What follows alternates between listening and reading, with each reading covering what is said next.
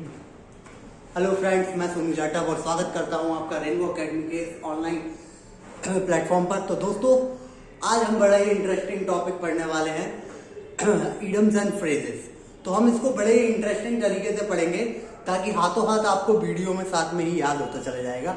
तो आइए दोस्तों, विदाउट वेस्टिंग टाइम स्टार्ट करते हैं। तो हमारा पहला इडियम है एक्लीस हील। एक्लीस हील भी बोलते हैं, एक्लीस हील भी बोलते हैं। एक्लीस हील का मतलब क्या होता है? कमजोर पक्ष। क्या होता है? कमजोर पक्ष। जैसे देख रहे हो आप, पैर की एड़ियां जो होती हैं, पैर की जो एड़ियां होती हैं, आप सर्दी वगैरह में देखेंगे वहीं पर दरारें पड़ जाती हैं। इसका मतलब वो एड़ियां हमारी फट जाती हैं। तो मतलब वो हमारा कमजोर पार्ट है, इसलिए जल्दी हमारी एड़ियों में दरारें पड़ जाती हैं। तो इसलिए हील मतलब क्या होता है? एड़ी। ठीक है। तो एक्लीस हील मतलब कमजोर पक्ष या कमजोर क्षेत्र या जगह। ठीक है। तो आ स्मॉल बट फैटल वीकनेस, इसका मतलब क्या हुआ? आ स्मॉल बट फैटल वीकनेस, यानी एक छोटी पर खतरनाक जो कमजोर है कड़ी, वो कह सकते हैं। ठीक है। छोटी लेकिन अहम कड़ी मतलब कमजोर। ठीक है। तो चलो नेक्स्ट देखते हैं। आई होप समझ में तो आया होगा और थोड़ा सा याद हो जाएगा। आगे चलते चलते और ज्यादा इंटरेस्टिंग बनने वाला है। ये भाई साहब बड़ा ही तगड़ा है। तगड़े से मतलब बड़ा प्यारा है, आप लोगों को बहुत ज्यादा पसंद आएगा ये। एन ओल्ड फ्लेम, यानी पुराना प्यार। भैया सब लोगों को याद आ गया होगा पुराना प्यार। तो ये भाई साहब आपने किसी ने मूवी देखी हो, तो ये भाई साहब है अजय देवगन। कौन से? दिल जले के। और ये है सोनाली मैडम। ठीक है। तो इन दोनों का जब बहुत दिनों बाद मिले तो इनका पुराना प्यार जाग गया, यानी पुरानी फ्लेम मतलब दीपक या ज्योति बोल सकते हैं एक तरीके से। तो उनके दिल में एक जो पुरानी भड़की हुई आग वो भड़क गई, यानी ज्योति जल गई प्रेम रूपी दीपक की। ठीक है। तो एन ओल्ड फ्लेम यानी पुराना प्यार। और ये जो है बड़ी इंटरेस्टिंग मूवी है, आप कभी देखना। ठीक है। इसका मुझे इन दोनों का तो इतना ज्यादा नहीं लगता मुझे, लेकिन अमरीश पुरी साहब का बहुत ही प्यारा डायलॉग है इसके अंदर, आतंकवादी की प्रेम कहानी नहीं होती। तो बड़ा इंटरेस्टिंग है। तो एन ओल्ड फ्लेम का मतलब क्या होता है? पुराना प्यार। तो भैया a person with whom one had romantic relationship in past, यानी भाई साहब इन जो अजय देवगन भाई साहब का इन सोनाली जी के साथ पुराने टाइम पे लप्पा जप्पा लड़ गया था। ऐसे केस में क्या होता है? एन ओल्ड फ्लेम, यानी कोई अगर आपको ऐसा पुराना आपकी क्रश वगैरह दिख जाए तो आप कहते हैं an old flame. I hope so समझ में आया होगा और लंबे समय तक आप याद भी रख पाओगे एग्जाम्पल के थ्रू। नेक्स्ट देखें क्या है? An old had on young shoulder. An old had on young shoulder. ठीक है। An old had on young shoulder. ठीक है। सॉरी। ठीक। तो भैया एक ओल्ड हैड यानी थोड़ा समझदार तरीके का दिमाग, ऑन यंग शोल्डर यानी एक छोटे व्यक्ति जो छोटा कोई जिसकी उम्र बहुत कम है, वो ऐसी बातें करे एकदम बड़े समझदार लोगों की तरह। तो अपन क्या कहेंगे? एक ओल्ड दिमाग है यानी समझदार दिमाग है। कौन? यंग शोल्डर यानी छोटी उम्र के व्यक्ति पर। तो अपनी उम्र से ज्यादा समझदार होना। तो ये भाई साहब को तो सभी लोग जानते होंगे, इनसे आप याद रख सकते हैं। ये है भैया द गूगल बॉय कौटिल्य। ठीक है। इनकी समझदारी के किस्से तो जग जाहिर है। तो इन्हें हम ये कह सकते हैं एक ओल्ड हैड है, यंग शोल्डर यानी बहुत ही छोटी उम्र है इनकी, लेकिन बहुत समझदार है, यानी उनका दिमाग बहुत तेज है। तो इस तरीके से अ चाइल्ड और young person who thinks and talks like an older and experience person, यानी किसी ओल्डर यानी बड़े या फिर किसी अनुभवी व्यक्ति की तरह जो बात करे, ऐसा यंग पर्सन क्या कहलाता है? इस तरीके की कहावत पर निर्भर, मतलब कहावत इनके ऊपर कही जाती है। तो भैया एन ओल्ड हैड, इसका मतलब क्या हुआ? एक ऐसा पर्सन जो उम्र में तो छोटा हो परंतु अनुभवी और बड़े लोगों की तरह बात करे। चलो नेक्स्ट देखते हैं, आप लोग याद रख पाओगे इसको आसानी से। नेक्स्ट तो भैया नेक्स्ट बड़ा interesting, an axe to grade यानी एन एक्स टू ग्राइंड। ठीक है। तो एक्स का मतलब होता है कुल्हाड़ी। कुल्हाड़ी से देख सकते हो आप, ये रही कुल्हाड़ी। टू ग्राइंड, ग्राइंड का मतलब एक तरीके से काटने के लिए। तो अपन पेड़, अपन लोग जो इंसान होते हैं उनकी फितरत है कि अपने स्वार्थ के लिए अपने स्वार्थ के लिए हम पेड़ों को कट कर रहे हैं। तो इस तरह से हम क्या कह सकते हैं, इसको स्वार्थ से भरा उद्देश्य, something done for selfish reason. Selfish यानी स्वार्थ, ठीक है, कुछ ऐसा करना जो स्वार्थ से भरा हो, किसी स्वार्थ के कारण कुछ ऐसा करना, ठीक है। तो भाई हम पेड़ों को स्वार्थ के कारण ही काटते हैं। तो इस तरह से हम देख सकते हैं एन एक्स टू ग्राइंड, ठीक है, क्लियर है बात। नेक्स्ट देखिए, अगला देखिए एन आयरन विल। आयरन मतलब क्या होता है, लोहे की तरह दृढ़। तो मतलब मैं बोल सकता हूं दृढ़ इच्छा, ठीक है। तो भैया ये है, इन्हें तो सब जानते होंगे, कौन है ये, रणबीर कपूर इन संजू मूवी, कर हर मैदान फतेह, ठीक है। तो इनकी दृढ़ इच्छा से इन्होंने अपनी ड्रग्स की लत को छोड़ा था, ठीक है। तो अपन इसको इस तरीके से रिलेट कर सकते हैं, एन आयरन विल यानी इनके अंदर एक आयरन यानी लोहे की तरह मजबूत इरादा था, यानी दृढ़ इच्छा थी, यानी स्ट्रॉन्ग विल पावर। तो इनके अंदर एक स्ट्रॉन्ग विल पावर थी, इसलिए इन्होंने ड्रग्स को छोड़ा था। ओके, चलिए नेक्स्ट देखें। अगला, add fuel to fire. Add fuel to fire, fuel का मतलब ईंधन या पेट्रोल बोल सकते हैं, ईंधन या पेट्रोल। यानी आग में अगर आप पेट्रोल डालोगे तो क्या होगा, धमाका, यानी वो भड़केगी, ठीक है। आग में आप पेट्रोल डालोगे तो वो भड़केगी, यानी किसी भी मैटर को और भी उलझाना, यानी और उसको और भी उलझा देना, यानी बुरा कर देना। तो to make a matter worse, ठीक है, to make a matter worse. ये जो बैड की कंपैरेटिव और कंपैरेटिव डिग्री होती है क्या, वर्स, ठीक है। तो क्लियर बात है कि भैया किसी भी काम को और भी ज्यादा बिगाड़ देना। इस तरीके से जो कुछ लोगों की आदत होती है ना, मंत्रा टाइप लोग, कि भाई ये मामले को और भी बिगाड़ेंगे, ठीक है। तो नेक्स्ट देखिए, आई होप सो याद रख पाओगे आप इस एग्जांपल के थ्रू। एड फ्यूल टू फायर के बाद an armchair job. An armchair job, ठीक है, an armchair job. Okay, an armchair job का मतलब क्या हुआ, आर्म चेयर जानते हो आप सभी लोग।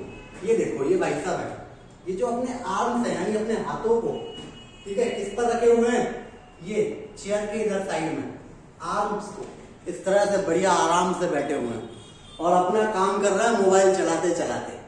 तो मतलब ऐसा काम जिसमें सैलरी भी अच्छी हो और आसान भी हो, बैठे बैठे मोबाइल चला रहे हैं। तो आपने इस चीज से रिलेट कर सकते हैं, एन आर्म चेयर जॉब का मतलब आसान व अच्छी आय वाली नौकरी, ठीक है। तो good income job with high comfort, ठीक है, अच्छे कंफर्टेबल चेयर पे ये बैठे हैं और बढ़िया आसानी से इन्हें सैलरी भी मिल रही है और मोबाइल चला रहे हैं मस्त वाला, ठीक है। तो इससे आप याद रख सकते हो, एन आर्म चेयर जॉब का मतलब हाई कंफर्ट से जॉब की बहुत अच्छी इनकम या अच्छी सैलरी दे।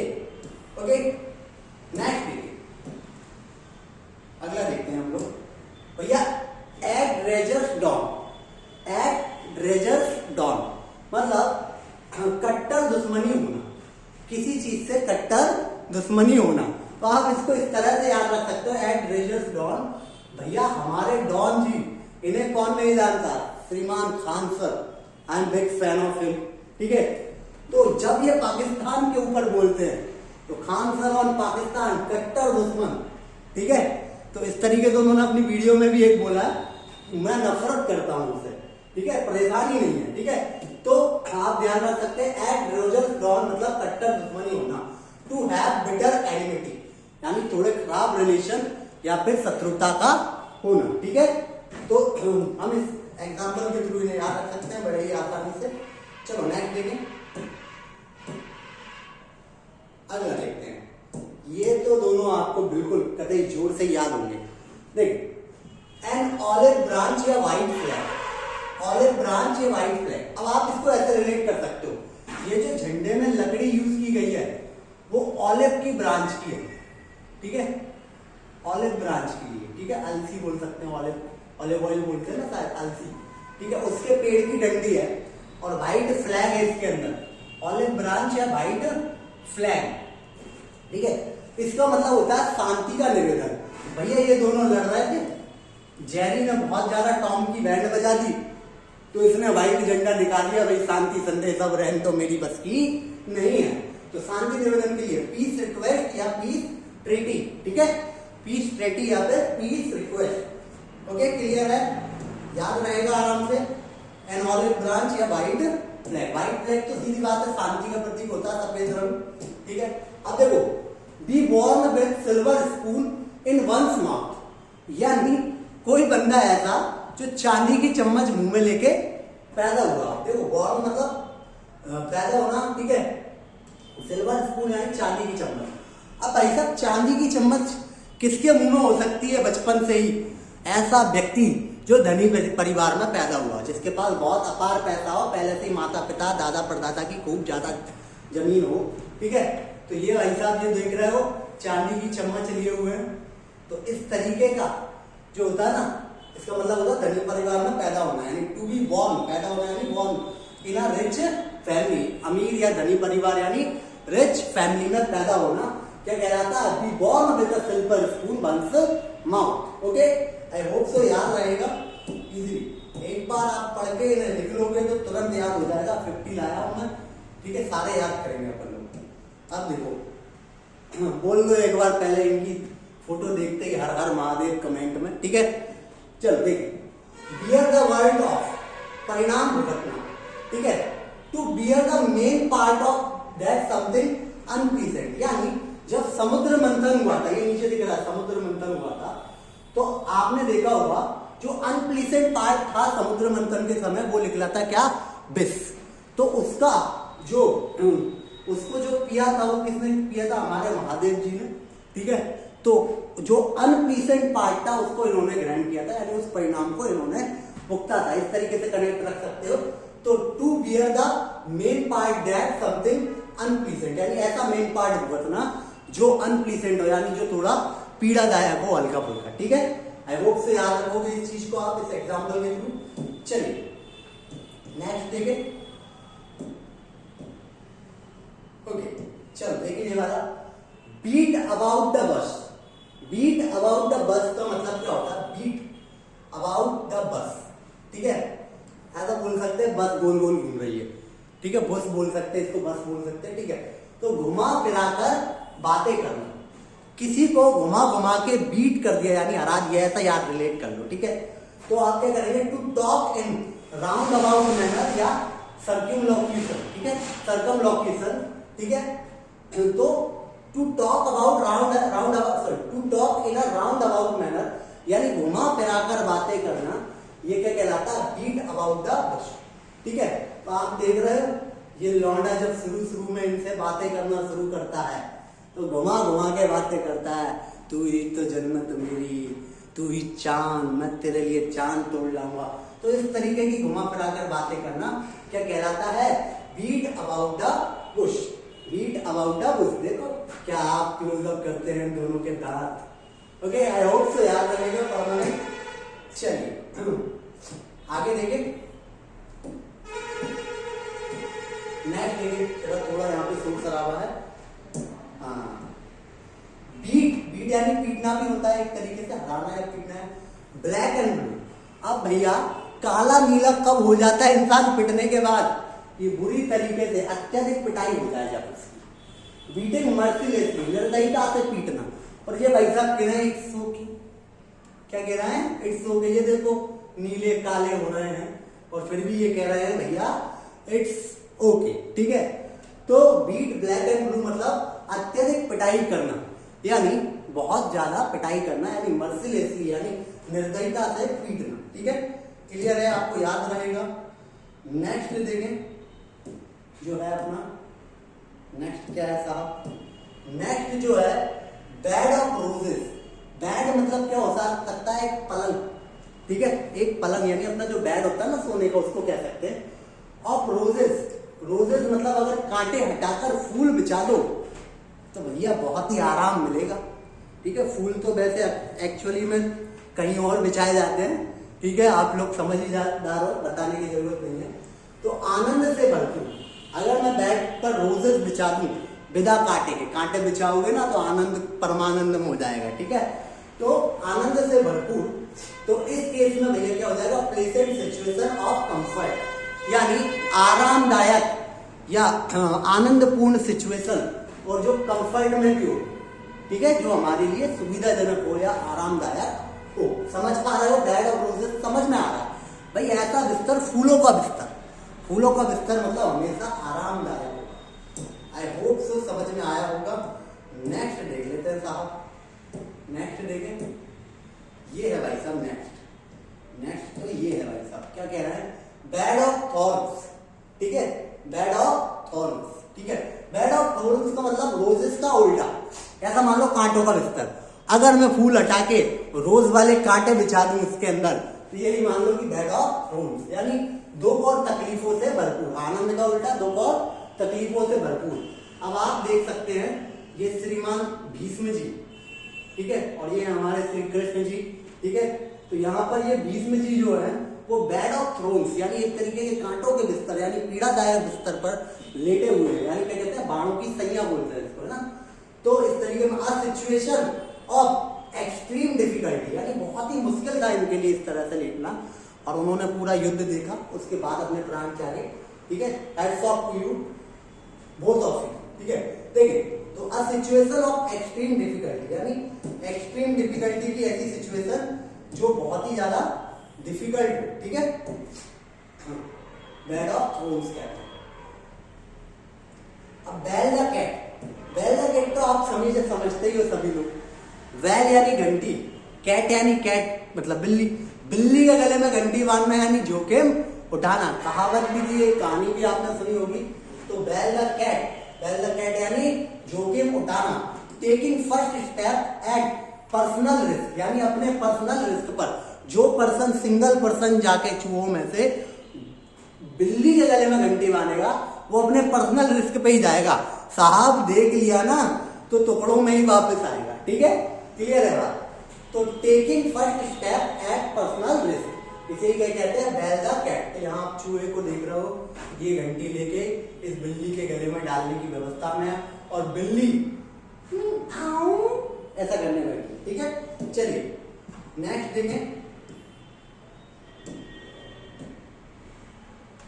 नेक्स्ट देखें। अब ये बोल रहा है between the devil and the dead सी।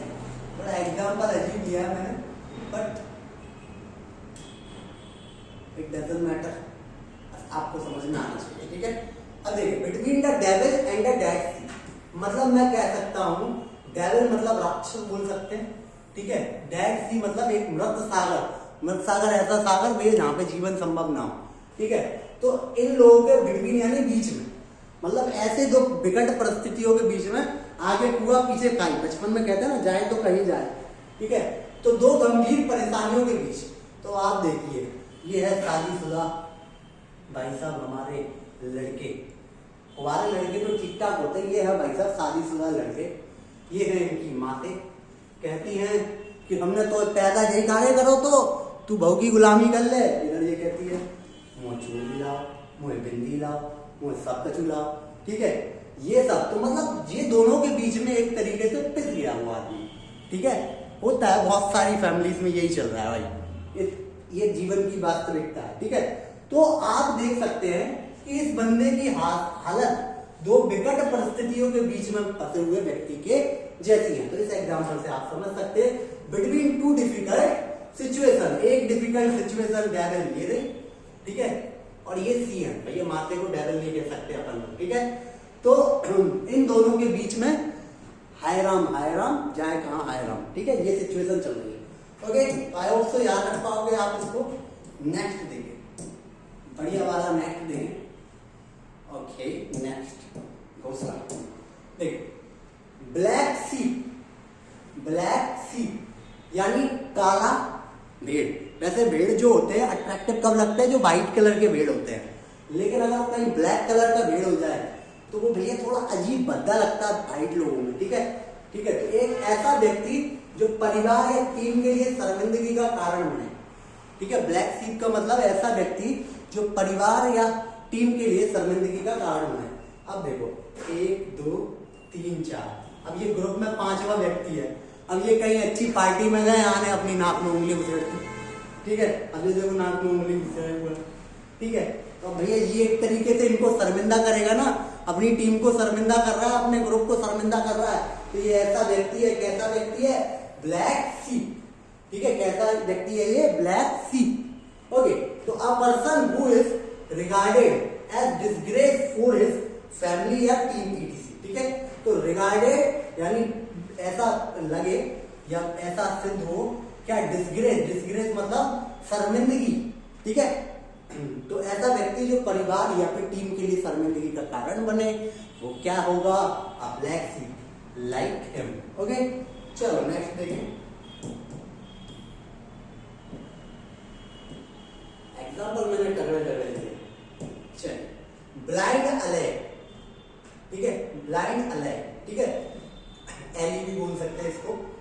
कार्य जिसमें आगे प्रगति संभव ना हो, कार्य ऐसा जिसमें आगे प्रगति संभव ना हो, ब्लाइंड अलर्ट। ठीक है, ब्लाइंड अलर्ट। ठीक है, अब आप देखो, एक तो ये यहां चढ़ गए, एक यहां चढ़ गए, एक यहां चढ़ गए, एक यहां चढ़ गए, एक यहां चढ़ गए, एक यहां चढ़ गए। अब यहाँ पर आगे कौन सी कार्य प्रगति संभव है? इसमें और आगे क्या प्रगति, और आगे कौन बैठेगा? इस तरीके की कोई प्रगति कार्य में संभव नहीं है, इसलिए इसे क्या कहेंगे अपन? Blind alert. ठीक है, ब्लाइंड अलर्ट। ठीक है, a situation in which no further progress, progress यानी आगे जिसमें प्रगति संभव ना हो, कैन बी मेड। ठीक है, आप एग्जांपल समझ जाओगे, बस आपको ये याद रहना चाहिए इसका मतलब क्या है। ऑटोमेटिक जब आपको ऑप्शन मिलेंगे तो इनका मीनिंग आप ऑटोमेटिक टिक कर दोगे, इतना टफ नहीं होता इडियम्स फ्रेजेस। ओके, नेक्स्ट देखते हैं। मैंने बोला ब्लाइंड डेट। क्या है? Blind date. आजकल लोग बहुत जाते हैं इस ब्लाइंड डेट पर। तो ब्लाइंड डेट मतलब किसी अनजान व्यक्ति से मिलना। आपने विवाह मूवी का गाना भी सुना होगा, दो अनजाने अजनबी चले बांधने बंधन। सॉरी, इतनी गंदी आवाज सुनाऊंगा नहीं ना। ओके, तो a meeting between a girl and boy who have not met before, यानी ऐसे महिला और पुरुष का मिलन जो इससे पहले कभी नहीं मिले, एक तरीके की ब्लाइंड डेट है। ब्लाइंड डेट मतलब जाने भी पट्टी बांध रखी है, जाने भी पट्टी बांध रखी है। अब ये दोनों एक दूसरे का थोड़ा नहीं देख रहा है। अब जैसे ये आके बोलेगा और इसे देखेगा, वो कहेगा चुपका देख लो उन्हें दादा, अरे दादा। ठीक है, या फिर खुश हो जाएगा, दो सिचुएशन बनेगी। तो एक ब्लाइंड डेट का मतलब क्या हुआ? जिससे पहले ना मिले उससे मिलना, और वो भी बिटवीन अ गर्ल और बॉय, एक महिला और एक बॉय के बीच। ठीक है, चलो लड़की और लड़के के बीच। चलो नेक्स्ट देखें। नेक्स्ट क्या है? Blue blood. क्या है भैया? Blue blood. ब्लू ब्लड का मतलब होता है शाही खून। ये मत समझना ब्लू ब्लड का मतलब लाल खून, वो सही नीला खून। ठीक है, नीला खून शायद ऑक्टोपस का रहता है। ठीक है, आई होप सो, देखना पड़ेगी ना। तो ब्लू ब्लड यानी शाही व्यक्ति। ठीक है, शाही खून बोल सकते हैं जैसे, या शाही व्यक्ति बोल सकते हैं, जो राज परिवार से संबंधित हो, ऐसा व्यक्ति। अब आप ऐसा देख सकते हैं, ये किंग है और ये जो बॉडी पर कलर लगाया हुआ वो कैसा है? ब्लू है। तो ऐसा शाही व्यक्ति जिसका पूरी बॉडी ब्लू दिख रही है, मतलब इस कपड़े की वजह से, तो मैं खून ब्लड ब्लू बोल सकता हूँ। ठीक है, तो ब्लू ब्लड का मतलब क्या होता है? शाही व्यक्ति, रॉयल और एरिस्टोक्रेटिक डिसेंट। ठीक है, यानी मतलब ऐसा व्यक्ति जो शाही परिवार से बिलोंग करता है। ठीक है, रॉयल से ही समझ जाओगे आप, ज्यादा आगे पढ़ने की जरूरत नहीं पड़ेगी आप। ठीक है, आगे ब्लू बुक, भाई नीली किताब। ब्लू बुक का मतलब क्या होगा? हिंदी करोगे तो नीली किताब। बट ये जो इडियम है वो सरकारी रिपोर्ट के लिए पेश किया जाता है। तो ये मान के चलो कि कोई भैया रिपोर्ट थी जिसको ब्लू कवर पर सरकार को पेश किया गया। ब्लू कवर पर, ये देखो शायद थोड़ा सा ब्लैक है लेकिन इसको मैं ब्लू मान के चलता हूँ। तो ये भाई साहब सरकारी रिपोर्ट को ब्लू कवर में ले जा रहे हैं, तो ब्लू बुक हो गई। तो गवर्नमेंट रिपोर्ट, गवर्नमेंट रिपोर्ट को क्या कहेंगे? Blue book. ठीक है, ब्लू बुक मतलब जो ब्लू कलर की फाइल में गवर्नमेंट रिपोर्ट जा रही है। ब्लू बुक मतलब ऐसी ब्लू बुक जिसमें गवर्नमेंट रिपोर्ट जा रही है, जिसमें ब्लू कलर की फाइल। ओके, रिपोर्ट कर लोगे, मतलब याद रख लोगे इसको। ठीक है, चलो नेक्स्ट देखें। Next one. Okay, next one ये देखिए भैया, बॉडी एंड सोल, यानी शरीर और आत्मा। ठीक है, यानी इसको मैं बोल सकता हूं पूर्णता। जब आत्मा शरीर के अंदर होती है तभी हमारी बॉडी पूर्ण मानी जाती है।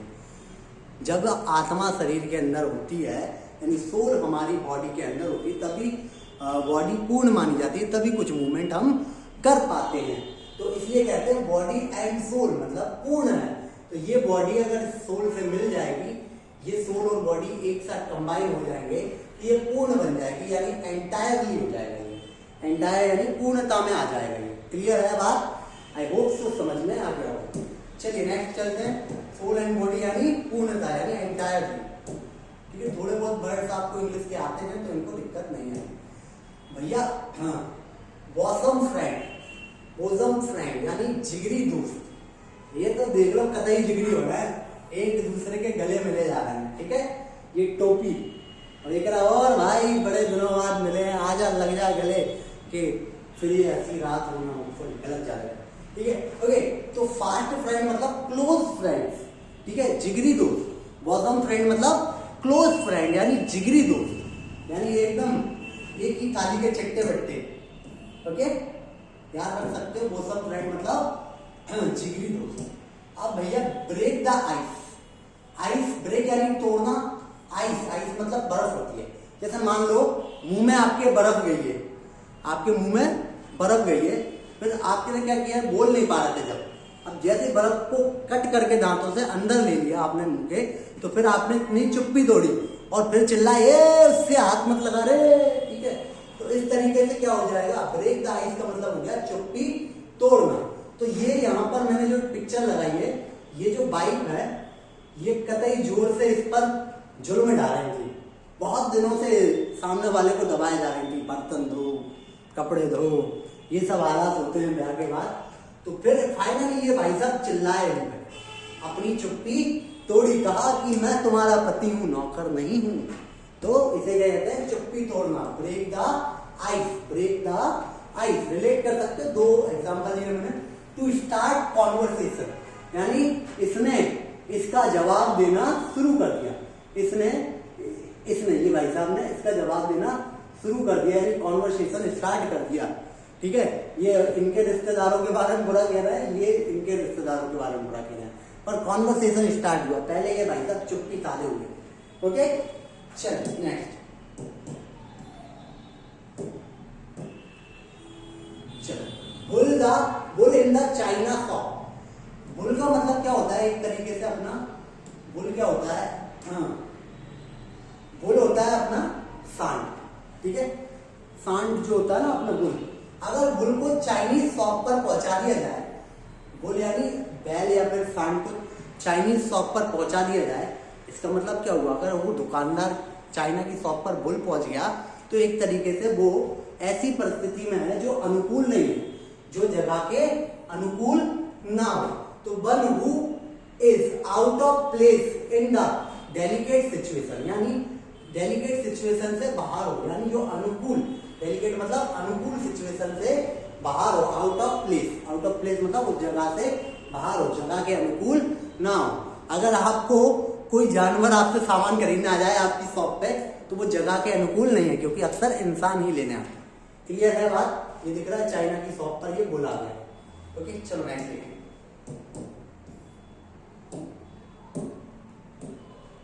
इन्हें देखिए, burn one's finger. Burn one's finger, ठीक है, यानी खुद का नुकसान कर लेना। अब जैसे मान लो आप किसी लाइटर से खेल रहे हो और अपनी उंगली जला लो, मतलब एक तरीके से अपनी फिंगर को बर्न कर लिया, तो मतलब आपने खुद का नुकसान कर लिया।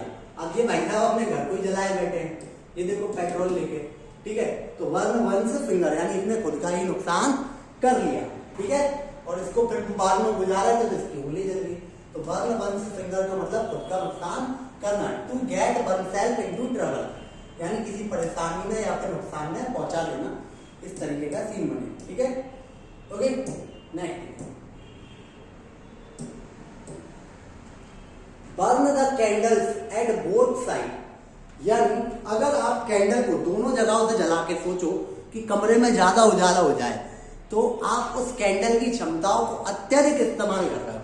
इस साइड से भी जला दिया, इस साइड से भी जला दिया, ठीक है, यानी दोनों साइड से जला के आप सोचो पूरा कमरा जगमगा उठे, तो आपने दोनों साइड से जला दिया, मतलब बर्न कैंडल्स बोथ साइड, यानी उसको अत्यधिक यूज करना उसको, ठीक है, उसकी क्षमता से या साधन से अधिक यूज कर लेना, ठीक है, क्षमता अथवा साधन को अत्यधिक इस्तेमाल करना। To use one's resources and energies to excess, यानी एक्सेस तक, उसकी एक हद तक यूज कर लेना। देखो दोनों साइड से कैंडल को जला और सोचो उजाला हो जाए, तो ये भाई साहब दोनों साइड से जल रही है, यानी अपनी क्षमता से ज्यादा जल रही है। ओके, नेक्स्ट ये भी दिक्कत ना आए, रिकॉर्डिंग सही हो रही हो। नेक्स्ट है burn the midnight oil. Midnight oil मतलब रात को, आधी रात को तेल जलाना। तेल जलाना आप क्या करते हो, पहले जब लाइट वगैरह नहीं होती थी तो लोग बाग क्या लालटेन लेके पढ़ते थे। लोग बाग क्या पढ़ते होंगे, लालटेन वगैरह लेके पढ़ते होंगे या दिया लेके पढ़ते होंगे, तो उसके अंदर डल जाता तेल, एक जगह मिट्टी का तेल और एक जगह सरसों वगैरह का तेल। तो रात में ऑयल को जलाना, वरना मतलब जलाना, मतलब क्या हुआ, रात में आप पढ़ रहे हो, तेल को खत्म कर रहे हो एक तरीके से। देर रात में पढ़ना मतलब देर रात तक मेहनत करना। लेबरिंग या स्टडिंग टिल लेट नाइट, तो ये भाई साहब रात में पढ़ रहे हैं बहुत देर तक, इन्हें बनना है IAS, ठीक है। तो लेबरिंग या स्टडिंग टिल लेट नाइट, यही क्या कहलाता है, burn the midnight oil. I hope so समझ में आ गया। ओके, नेक्स्ट चलते हैं। देखो वर्निंग क्वेश्चन, जलता हुआ एकदम गरम गरम, जल गया मतलब गरम हो गया, गरम गरम क्वेश्चन यानी ज्वलंत प्रश्न, क्या कह सकते हैं, ज्वलंत प्रश्न। ये कैसा है, हॉट इशू, ठीक है, जलता हुआ हॉट इशू। हॉट इशू आजकल क्या चल रहा है, ये भैया राहुल गांधी जी की आजकल भारत जोड़ो यात्रा के बारे में हॉट इशू चल रहा है, इसको लेकर काफी चर्चित है भारत जोड़ो यात्रा, ठीक है। तो ये एक तरीके की ऐसी खबर है जो ज्वलंत प्रश्न टाइप है, यानी हॉट इशू है, ठीक है। ये कैसा इशू है, हॉट इशू है, ठीक है, क्लियर है। चलिए नेक्स्ट, ठीक है। अरे हाय, बरी द हैक चेक, बरी द हैक चेक, ठीक है। तो हैक का मतलब सर पर होती है टोपी, चेक मतलब नीचे झुका दी एक तरीके से, मतलब मैं तो कह रहा हूं ऐसे रिलेट करने के लिए। तो बरी द हैक चेक का मतलब दुश्मनी खत्म करना। बरी द हैक चेक मतलब दुश्मनी खत्म करना। बरी मतलब एक तरीके से गाड़ देना, ठीक है। मिट्टी पाव बोलते हैं ना, पुरानी बातों पर मिट्टी पाव पंजाबी लोग बोलते हैं। तो ये भाई साहब टॉम एंड जेरी अगर गले लग जाएं तो सीधी बात है दुश्मनी खत्म हो गई। तो ये क्या है, to end the hostility. Hostility मतलब कटुता या शत्रुता का अंत करना और गले लगा लेना अपने शत्रु को भी, क्लियर है। नेक्स्ट देखिए, कास्ट पल्स, पल्स मतलब मोती, बिफोर स्वाइन, स्वाइन मतलब यहाँ पे बंदर से मतलब है, ठीक है। बंदर के हाथ में नकेल, तो स्वाइन का मतलब सुअर होता है, लेकिन यहाँ पर बंदर के रिलेशन में यूज किया गया। कास्ट पल्स यानी बंदर के हाथ में आपने कास्ट कर दिया, यानी उसको दे दिया।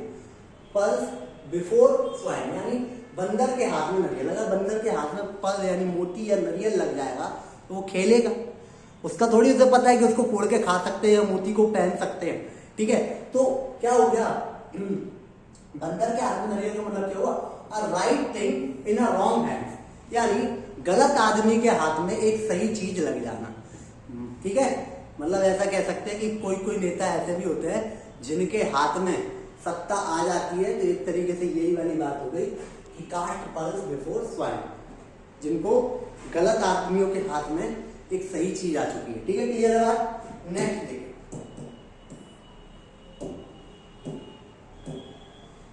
चलिए अब देखें cat and dogs. Cat and dogs मतलब कुत्ते और बिल्ली, लाइफ यानी जीवन। कुत्ते और बिल्लियों का जीवन का मतलब, कुत्ते और बिल्ली हमेशा लड़ते रहते हैं। आप देखोगे कुत्ता अगर बिल्ली को देखेगा तो बहुत जोर से भौंकेगा और बिल्ली कुत्ते को देख के दौड़ेगी, तो इन दोनों में लड़ाई चलती रहती है, यानी कलह चलती रहती है। यानी इस तरीके का जीवन क्या कहलाएगा, कलहपूर्ण जीवन कहलाएगा। तो अब ये भैया दो हस्बैंड वाइफ है, ठीक है, ये दोनों हस्बैंड वाइफ है, एक दूसरे से लड़ रहे हैं, और ये भाई साहब ने क्वेश्चन कर दिया, ये भाई साहब ने क्वेश्चन कर दिया कि भैया आप क्यों लड़ रहे हो दोनों के दोनों। ये कह रही है कि ये वारदात तुम्हारी वजह से, ये भाई साहब कह रहा है ये वारदात तुम्हारी वजह से है, ठीक है। तो ये दोनों इस बात पे भी लड़ लिए, बेचारे बच्चे का मरण है, ठीक है। तो ट्रबल सम लाइफ यानी कलहपूर्ण जीवन क्या होता है, cat and dogs life, cat and dogs life. Okay, I hope से समझ में आ जाएगा, क्लियर। देखिए नेक्स्ट, चिकन हार्टेड कायर, चिकन हार्टेड मतलब किसी व्यक्ति का मुर्गी की तरह दिल है, ठीक है। मुर्गी की तरह दिल है तो मुर्गी कोई ज्यादा ब्रेव नहीं होती शेर की तरह, ठीक है। तो इस तरीके से वो भी कायर ही हुआ, ठीक है। एक दिन पक जानी है ये, ठीक है, और फिर बोलती है पक पक पक, ठीक है। देखिए जरा, तो लैकिंग करेज या कावर्डली, यानी लैक यानी कमी किसी करेज यानी साहस की, या कावर्ड यानी कायरता ज्यादा होती है उसके अंदर, तो वो क्या कहलाता है, चिकन हार्टेड। चिकन हार्टेड मतलब कायर, कावर्ड या फिर करेज की कमी होना। ओके, नेक्स्ट देखिए, नेक्स्ट ओके चलिए, cock and bull story. Cock and bull story मतलब मुर्गे और बुल यानी सांड की स्टोरी, यानी मनगढ़ंत कहानी, ठीक है। एक बात बताओ, मुर्गे और सांड एक साथ मिलकर कौन सी स्टोरी बनाएंगे? कहीं ज्यादातर आपने मुर्गे और सांड को एक साथ देखा है? नहीं। तो एक तरीके की ये मनगढ़ंत कहानी है ना, तो इसलिए क्या कहेंगे, कॉन्कॉक्टेड स्टोरी, यानी अनकॉन्कैक्टेड स्टोरी, यानी मतलब ऐसी कहानी जो मनगढ़ंत हो, कुछ भी बनाया जा रहा है। वो ये कहते हैं कि मैंने उसे उड़ते हुए देखा, अरे भैया कचू भी तना तुम्हें न्यूज उड़ा रहा, ठीक है। तो मनगढ़ंत कहानी को क्या कहते हैं, cock and bull story, concocted story, ठीक है। नेक्स्ट देखिए, ये देखो क्रोकोडाइल। क्रोकोडाइल मतलब घड़ियाल, घड़ियाल या मगरमच्छ बोल सकते हैं, घड़ियाल, ठीक है। टीयर्स यानी उसके आंसू, दिखावटी आंसू। कभी आपने मगरमच्छ या घड़ियाल देखा है तो उसके यहाँ एक छोटा सा आंसू सा दिखता है आपको, तो वो जो होते हैं घड़ियाली आंसू, दिखावटी आंसू। कभी उसके सामने चले जाओ, ये सोच के कि रो रहा है बेचारा, मैं उसको शांत कर दूं, फिर तुम रोगे बेटा, ठीक है। तो जरा देखे दिखावटी आंसू, आजकल की लड़कियां भी गजब ढा रही, आंसू दिखा के लुटे जा रही, ठीक है। तो ये देख रहे हो घड़ियाली आंसू, इसे ही कहते हैं घड़ियाली आंसू, मतलब झूठा दिखावटी आंसू। A false display of grief, grief मतलब दुख, ठीक है, या आंसू पश्चाताप, ठीक है। तो ऐसा झूठा पश्चाताप या दिखावा करना, ठीक है, क्लियर है। नेक्स्ट देखिए, क्रॉस स्वॉर्ड यानी लड़ना। स्वॉर्ड मतलब तलवार होती है, क्रॉस वही मतलब क्रॉस कब होती है, जब दो तलवारें आपस में लड़ जाए, दो तलवारें आपस में लड़ जाए, यानी मैं लड़ जाना, मैं लड़ जाना, ठीक है। इस तरीके से क्रॉस स्वॉर्ड हो गई, तो इसे क्या कहते हैं अपन, लड़ना, यानी टू क्वेरल और फाइट। क्वेरल मतलब झगड़ना या फाइट यानी लड़ना, ठीक है। तो ये क्या कहलाएगा, मेरा क्रॉस स्वॉर्ड, ठीक है, क्रॉस स्वॉर्ड, ठीक है। नेक्स्ट देखिए, आपको लास्ट तक आधे से ज्यादा याद हो चुके होंगे। आए हाय, cry for the moon, cry for the moon मतलब अगर कोई बच्चा चांद को देखकर या फिर आपकी वो चांद को देखकर बोले कि चांद मेरे लिए ले आओ, तो एक तरीके की असंभव वस्तु है, उसकी डिमांड कर रही है ये, ठीक है। तो किसी असंभव वस्तु की कामना करना। अब मैं ये सोचूं कि ये मैडम, ठीक है, ये मैडम मेरे साथ डेट वगैरह पे चली जाए, तो ये संभव नहीं है, इनका ब्याह हो चुका है, ठीक है। ये तो भाई विक्की कौशल जी की धर्म पत्नी जी हो चुकी है, भाभी प्रणाम, ठीक है। तो to desire the unattainable, attainable sorry, to desire the unattainable मतलब ऐसी चीज की कामना करना जो असंभव हो, जो असंभव हो। आई होप तो समझ में आ गया होगा, क्लियर है। तो इसे क्या कहते हैं, ट्राई फॉर द मून, ये चांद संचय है, ठीक है, इससे याद कर लेना। चलो नेक्स्ट देखें, मेरी फेवरेट है इसलिए मैंने लगाया, ओके। ये देखिए, क्राई ओवर स्पिल्ड मिल्क, यानी क्राई यानी रोना, ओवर यानी किसी चीज पर, स्पिल्ड मिल्क, स्पिल्ड मतलब फैले हुए दूध पर। अब जैसे मान लो आप दूध ला रहे थे और फैल गया नीचे, अब उसके पीछे रोना क्या, दूसरा भल्ला हो, क्योंकि उसको तो ऐसे भरोगे तो अब वो पीने योग्य बचा नहीं है, मतलब एक तरीके से ये व्यर्थ पछतावा है। तो ये देखो दूध फैला हुआ है, ये नो करके रो रही है मैडम जी मेरा दूध फैल गया, अबे दूसरा बदलाओ। ठीक है, तो देखिए regret in when for what can not be undone, यानी उस चीज का अत्यधिक पछतावा करना जो बातें सही नहीं की जा सकती, यानी व्यर्थ का पछताना है। आपने एक बार गलत कर दिया तो कर दिया, मतलब आप पेपर देकर आए और आपके 4-5 क्वेश्चन गलत हो गए जिस वजह से आपका सिलेक्शन हो गया, अब बाहर आके गिरो साहब मैं तो सही कर लेता, तो इस तरीके से आप व्यर्थ का पछता रहे हो। चलो नेक्स्ट देखिए,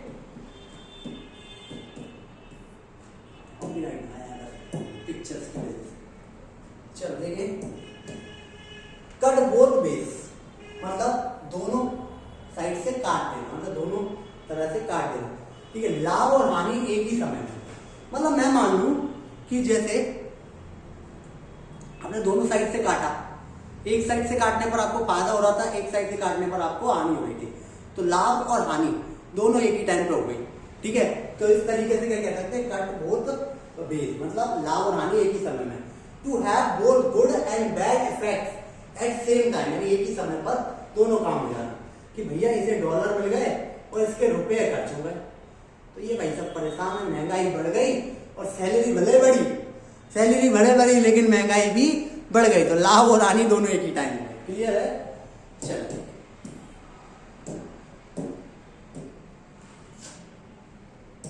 देखिए, हाँ cut cut noise, cut no ice, sorry noise नहीं है, no ice, cut no ice, cut no ice मतलब कोई असर ना छोड़ना।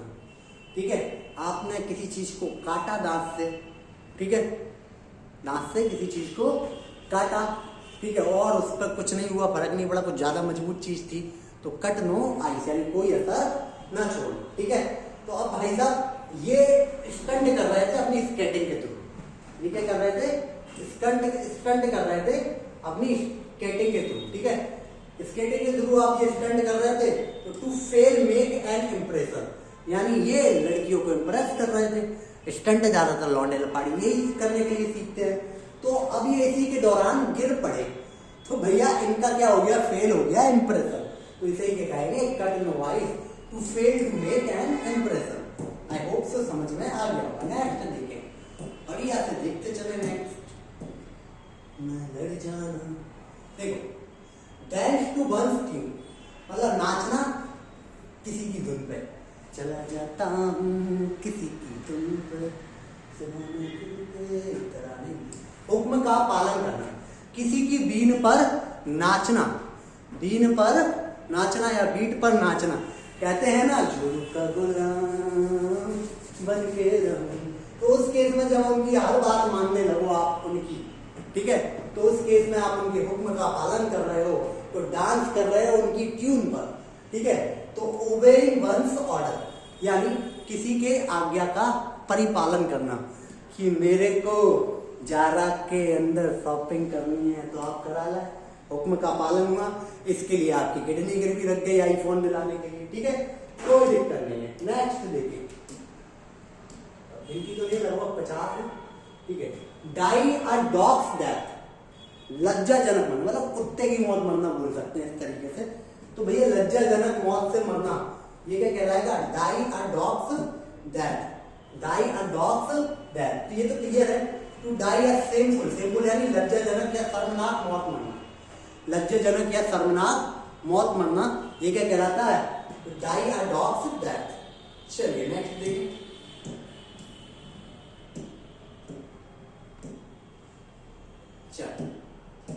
डोंकीज ईयर्स, काफी समय बाद, ईयर्स का मतलब यहाँ पे सालों की बात हो रही है, और डोंकी मतलब, डोंकी के गधे के कान देखे आपने, बड़े बड़े होते हैं, बड़े मतलब लंबे, और ईयर्स का मतलब समय से, तो काफी समय के बाद, अ लॉन्ग टाइम, क्या कहलाएगा, अ लॉन्ग टाइम, यानी काफी समय के बाद, अ लॉन्ग टाइम। क्लियर है? नेक्स्ट,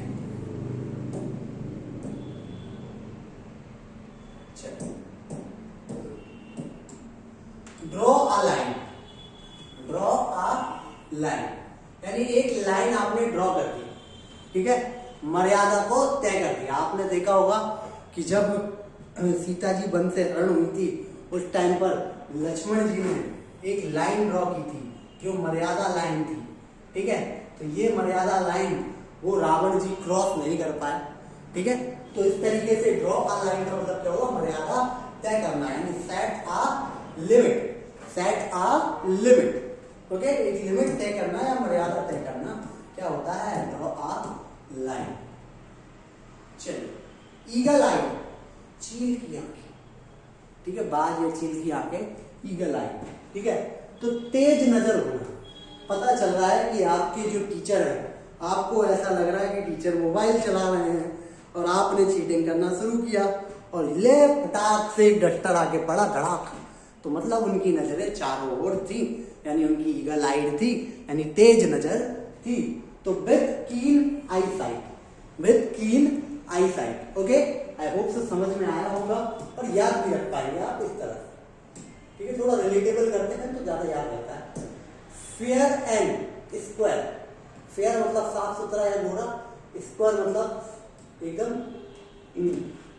वर्गाकार, मतलब चारों ओर से एक जैसा। वर्ग क्या होता है, चारों भुजाएं एक जैसी होती है स्क्वायर की, ठीक है। स्क्वायर की चारों भुजाएं एक जैसी होती है, चारों ओर से एक जैसा आदमी कौन हो सकता है, जो निष्पक्ष हो, निश्चल हो, ठीक है। तो फेयर एंड स्क्वायर का मतलब क्या हुआ, निष्पक्ष। इन एन ऑनेस्ट वे, यानी एक ईमानदार व्यक्ति वो हमेशा क्या होता है, निष्पक्ष होता है, निष्पक्ष होता है, ओके। चलिए, थोड़ा सा वॉइस रिकॉर्ड आ रही होगी, इधर नीचे से गाड़ियां वगैरह निकलती रहती हैं। फेयर वेदर फ्रेंड, ठीक है। फेयर वेदर, फेयर मतलब साफ, ठीक है, फेयर मतलब साफ या भूरा, ठीक है। तो फेयर वेदर मतलब मौसम, यानी अच्छा मौसम या साफ मौसम का फ्रेंड। मतलब जैसे मान लो कि आप दो दोस्त जा रहे थे, एकदम से आंधी तूफान आ गई और आप दोनों को साथ में जाना चाहिए, लेकिन वो भाई साहब दौड़ लगा लिए, अकेले बगल में घर था, आपको छोड़ गए आंधी तूफान के बीच में।